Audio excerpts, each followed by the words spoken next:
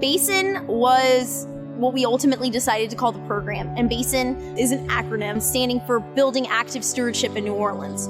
I think the most important aspect of the program is just exposing the kids to green initiatives within the city and outside of the city, such as soil sampling, recycling, and things of that nature. My favorite part about the program is when Ms. Dana, Ms. Keeley, and Coach Kendrick first came to the class when they introduced us.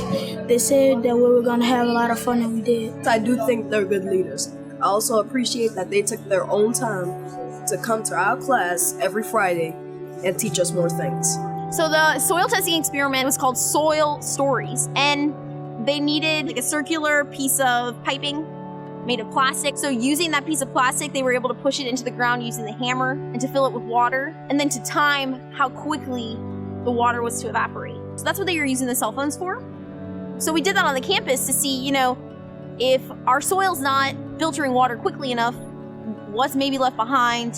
What kind of determinations can we make about if there's a really strong rain, if there's a little flood, as there frequently is in this neighborhood several times a year. Our mission is to promote the wise stewardship of the urban built environment and local economies. And as we've been doing more and more work on infrastructure of the city, understanding that stewardship isn't just about what's built on top of the land, but it's about what's happening underneath the ground. And so that's when we started thinking about working to develop a program that would introduce some of these ideas about environmental stewardship and in particular water stewardship within this very specific ecosystem to kids. I think programs like this are hugely important because most of these kids never get out there, and so they don't have any kind of tangible experience with it, which makes it much harder for them to connect and to really care about their continued existence. So I think experiences where they're both meeting people who work in environmental fields and actually engage with the environment around them, and also programs where they're actually going out and experiencing them, are critical.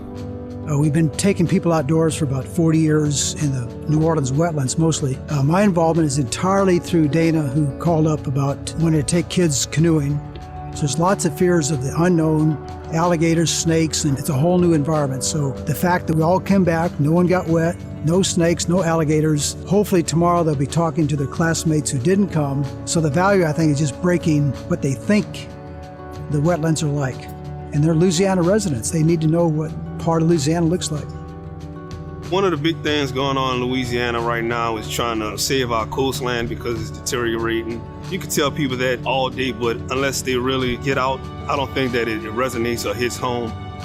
In the class before the canoe trip, we had an ornithologist in there who was talking about some of the things that they might expect to see.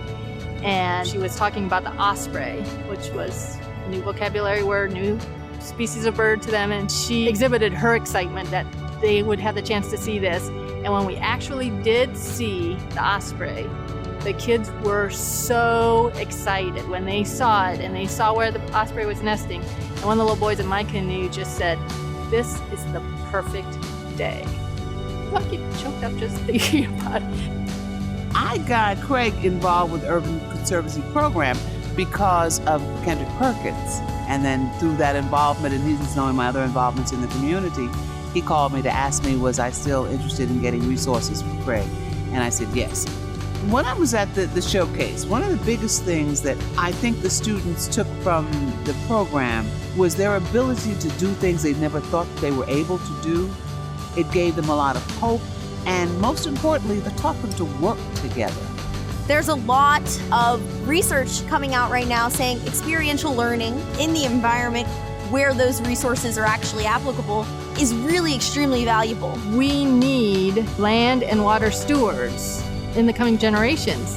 The environment that surrounds you will shape our city's ability to continue to be here. And the sooner the young people of this city are able to have a relationship with water and the environment in that way, the sooner we're able to make real changes towards longevity as a city.